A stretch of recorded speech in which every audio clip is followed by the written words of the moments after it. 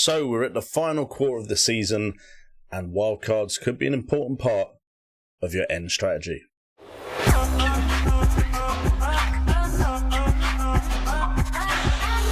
Hi guys, hope you're having a great Sunday. What is up, and welcome to FPL Today and the FPL Complete Strategy Guide for those of us still with a wildcard.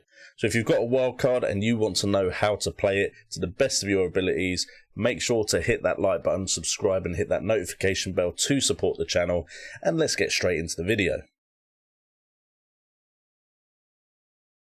So we're going to start off this video a little bit differently than we usually do, with some talking points that we're going to cover before we get into the meat and bones of things. And the first talking point we have to cover is whether or not you still have the bench boost to play. Now, the reason that this affects how you are going to play your wildcard, if you still have it, of course, is value. If you're going to be playing your value in your main 11, or if you're going to be playing it across 15 players because you want to get the most out of your bench boost and get as many points as possible in what could be some decent double game weeks to come. Now, we still don't know exactly when these double game weeks are going to be, so it's a bit difficult to plan for that 100%, but we do know the fixtures in total, and potentially you could be looking at getting some players in that do have a double game week down the road, and then managing to transfer in or out a few players here or there to make the most of that bench boost. Now, if you want to know what I'm doing, I'm personally going to be bench boosting before I play my wildcard, potentially this game week coming up, game week 30, because the team looks pretty decent for it as long as a few players pull through and manage to actually feature in the game week. That way, when I play my wildcard, most of my funds for my team will be focused on that first 11, just trying to make sure we got a bench strong enough to cover for any rotation issues, which could be the case with some sides if they still have European competitions to play in. The next talking point is, of course, we still have blanks coming up as well. So we don't want to put ourselves in a position where we have too many players blanking, which I believe is game week 33, where some teams don't have a fixture, those being Southampton, Man City, Fulham and Spurs. Of course, there's also the likelihood there'll be other blank game weeks. There's the possibility of a blank game week in game week 32 due to FA Cup fixtures, although some of the experts like Ben Crillin believe that the fixtures that could be blanks and those could still be put into game week 32, so it isn't a blank game week, but we can only play our cards when we know exactly what is happening. We then also have the fact of, should we play our wild card now for game week 30 until the end of the season, or hold until game week 31. The reason people are considering waiting at one game week after this blank, which some people have talented their side into, is because the fixtures are still decent for a lot of players that were very prevalent in game week 29. Whereas in game week 31, the fixtures for the likes of Aston Villa do turn quite a bit, and we might want to think of getting them out of our FPL sides. And then finally, we do of course have captaincy. You need to know who you're likely to want to captain for each game week till the end of the season, or at least plan 4 or 5 game weeks in advance and make sure you get those players into your side on this wildcard, so you can make sure you are ready to make those captaincy calls without too much of a headache. So we're going to start off with the fixture turns, which sides suddenly have good fixtures that we should be looking at, and maybe which sides we should be looking to take players out of our FPL sides for because of the way their fixtures are going to go for the end of the season.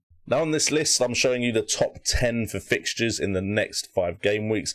We can see quite clearly there are some sides with very favourable fixtures in the next 5.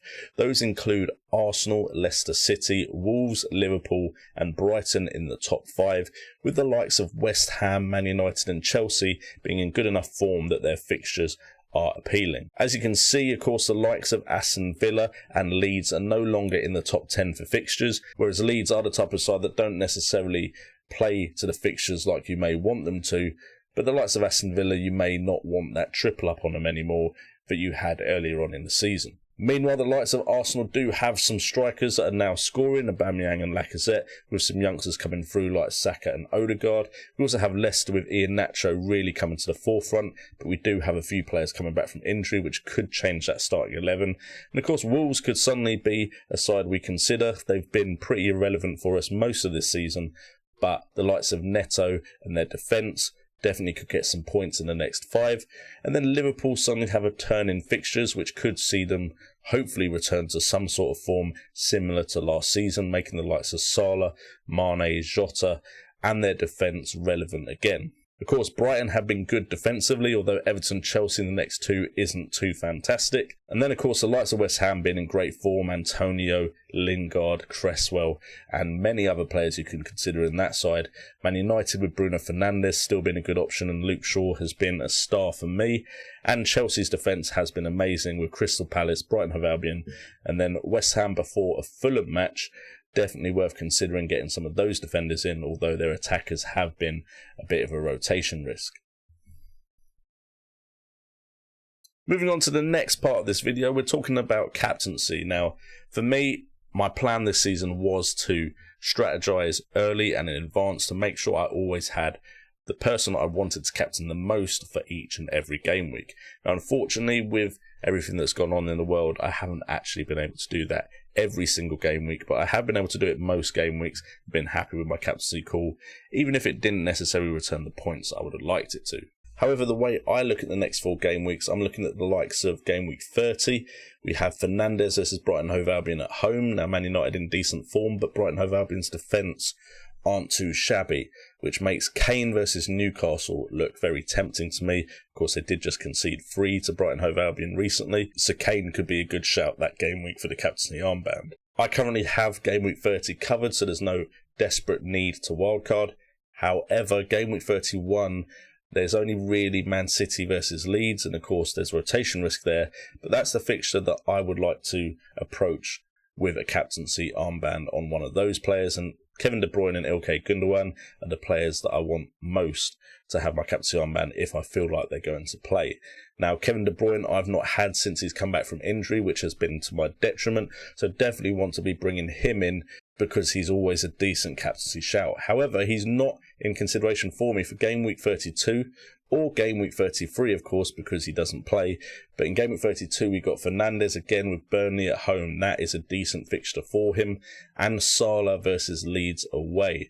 And then, if we look at the next game week, it's still Fernandes and Salah that are my 2 favourite options, with Fernandes with Leeds away and Salah with Newcastle at home. So I'm actually considering bringing back Mohamed Salah. Now, this is kind of based on the hope that Liverpool start to return to something similar to their form from last season. However, the fixtures do seem to be there, and Salah is, of course, a great player, but the safer option feels like Fernandes for these 2 fixtures. So, can I fit De Bruyne in when I want both Fernandes and Salah? That's a question I need to ask myself if those are really the captaincy choices I want to stick with. I'd suggest you do something similar, mapping out in future game weeks who you want as captain, because that may make the difference in which premium priced options you do bring into your side.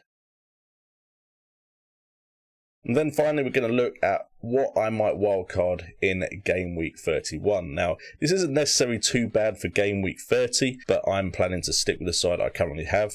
So what we're going with in game week 31 is Martinez, probably keeping him just because I don't like changing my keeper. I don't like putting too much thought into that slot.